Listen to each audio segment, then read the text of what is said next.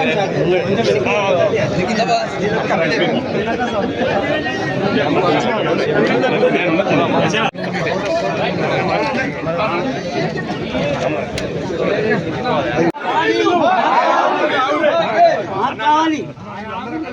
పిలుపు మేరకు ఎమ్మెల్యే గారు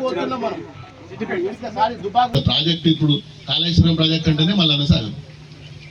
దాని మీద రాజకీయాలు తప్ప మరి నిజంగా మనకి గన్ని నీళ్లు పెట్టుకొని మనకు నీళ్లు రాకపోవడం ఎంత బాధకరం. దుబాగోలు ఎంత నష్టపోయినారు,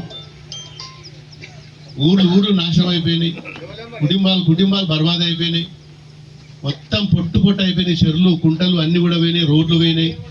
ఇంత నష్టపోయి దుమ్ము ధూళి ప్రాజెక్టులలో ఎంత కష్టమైంది మన అందరూ తెలుసు. కాలువలలో ఎంత అయింది, ఎంత ఇబ్బందులు పడ్డాము, ల్యాండ్ ఎక్విజిషన్ డబ్బులు రాక ఊర్లు మునిగిపోయి నానా రకాల బాధలు పడితే ఇవాళ దీని మీద పట్టించుకునే నాదులు లేవు.